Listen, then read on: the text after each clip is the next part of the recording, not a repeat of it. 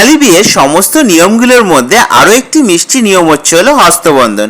বলতে পারো এই নিয়মের দ্বারাই কিন্তু আমরা আমাদের ভালোবাসার মানুষের হাতটা সারা জীবনের মতো নিজের করে পেয়ে যাই। তবে জানো তো, 1-2 বছর নয়, আমাকেও কিন্তু টানা 6 বছর অপেক্ষা করতে হয়েছিল আমার ভালোবাসার মানুষটাকে আমার স্বপ্নের সাজে দেখার জন্য। তবে তোমরা আমাদের আজকে যেভাবে দেখছো ততটা কিন্তু আমাদের পথটা সহজ ছিল না। এই 6টি বছর ধরে কিন্তু আমরাও যথেষ্ট ঝড়ঝাপটা সামলানোর পরে তারপর এই জায়গাটা এসে কিন্তু বসতে পেরেছি। তারপর এদিকে দেখো, হস্তবন্ধন ও সম্প্রদান শেষে শ্বশুরমশাই তো আমাদের দুজনকে প্রাণ ভরে আশীর্বাদ করলেন।